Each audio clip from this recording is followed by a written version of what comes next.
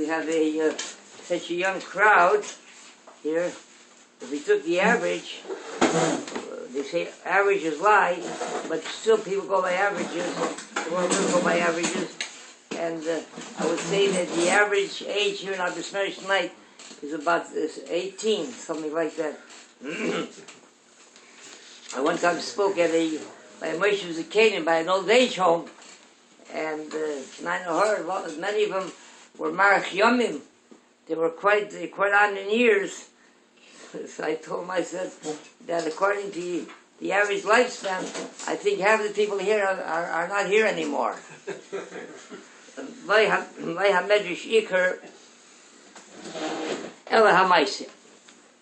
That the important thing, the substance that a person is supposed to take from Torah is Maiseh. The important thing is Maiseh.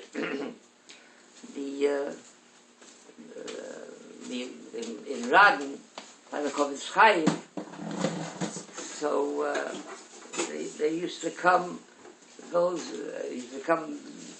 from different communities. They wanted to build a yeshiva, and they needed bochrim. They came to Rabbi to get bochrim to start a nucleus to start a new yeshiva. So the Chofetz Chaim wanted to make sure that it should be with a solid foundation. So he gave them some very mitzuyonim, only very, very good bochrim. So of course the mashgiach, the din of man, the one who put in so much labor into these couple of years that these bochrim were there to put them where they are. So they were all upset and beside themselves. And the Chofetz Chaim took away. These were the shine were the stars of the yeshiva, and they worked so hard until they developed them and sent them off. Chofetz Chaim said,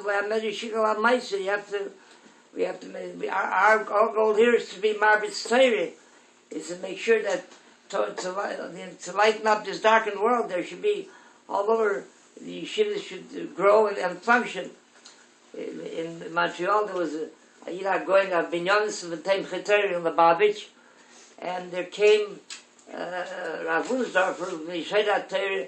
They opened up a yeshiva in Montreal. So some of the Bochum started. They left Time Cheteri. They were going to Rav Uzdorfer.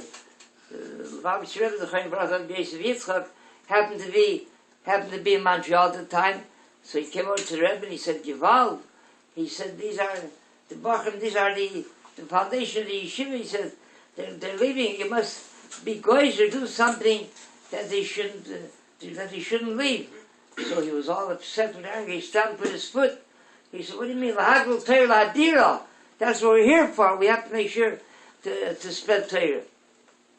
And that's how Madhigim Gedolim. This is how we look at it. Of course, you have to have the merited. You have to have the chusim. And in life we think that we can go ahead and do whatever we want, but like I mentioned yesterday from Lubavitcher Rebbe, that da malmalo is mimchas. It's what a person that has chusim, if he's fortified, has his chusim, so he can affect what goes up on high. And there's a very interesting Mishnah at the end of the Peah. The Mishnah said like this, that someone who misrepresents, and he represents himself as someone that either is representing an important institution or himself is very much in need, and it's nicht his tapes are garnished on it, not the institution exists, and not he's in need. So because he went out to ask for help when it wasn't needed, he's going to be punished. They'll have to go out and ask for help when he really needs it. So someone asked the Shaila, what exactly is that punishment? If he's not embarrassed, many people don't have it in them to go knock on the door or to go make an appointment with an office and to persuade a nadvan, a gevir, or a philanthropist to persuade him that he should contribute. It's not from the easy things, and it's not everybody wants to undertake it. So, but if he already does it, even if it's not, it's not for it doesn't exist the cause, but he does it anyway. So, what kind of punishment? So, continue doing it. What? So they say like this, that when he didn't need it, or the institution that he was supposed to be representing doesn't exist, it wasn't difficult to get people to respond, because you didn't have to be worthy to take from your pocket, from your assets, and shell out, because it's not gaining any mitzvah, it's not earning for you any kind of merit. For something like that, anybody can, one in the street, no matter what his station in life, or how he conducted himself, he's worthy, he's not worthy, it's not difficult, there's no use to hurt, nothing's going to stop him, he can give. But now, being that you are really in need, and you do need it, and someone who helps you is going to get a mitzvah, oh, this is already a different story.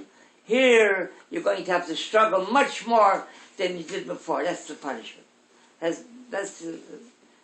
was one time a supposed representative for institution came to a town, and the Rav from the town went with him.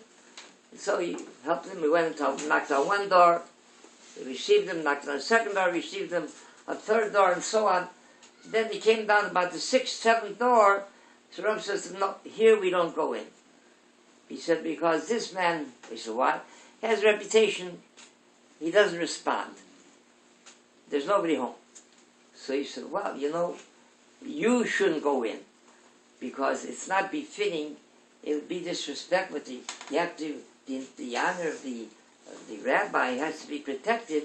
We'll go in and he won't receive us, you shouldn't go in, but being that we're here anyways, you stay outside and I'll go in. He said, or if you want to, I'm telling you, you're wasting your time. So he goes in, and he's smiling, he comes out with a very generous, more generous than the other contribution. So he says, from him you got? He said, here you see. He said, you better leave town immediately, because this man never had the schus, the merit, to respond, to support Torah, and something that, or tzedakah, or Talmid Chacham. If he gave you, if he helped you, that's an indication that whoever you're representing is not worthy, does not exist. In just, they tell a story, there was a Yid, who his whole life, he was a Yisrael. So, in some Giglus, he saw a Kohen, he gets honor, and he gets money, he gets a pidyon ben, other things that a Kohen has, nobody, no other kind of windfall that anybody else gets. So he presented himself as a Kohen. So he lived like that for about 30 years. He left this world, he came out in the next world, and they told him, oh, for that you misrepresented, you're going to be punished here in Gehenna for 3 years.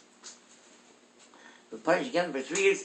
He comes out of Gehenna, and they said, you have to go back for another 2 years. He said, why? He said, because in addition that you misrepresented as a Kohen, they also, and there wasn't a Levi, so you were being Kohen Levi. For that also you have to be punished. Let's go to Yibok, Zakai, Yisrael, the people here of the Mitzvah, Yishanema, Al Melcham Ismail Shikor.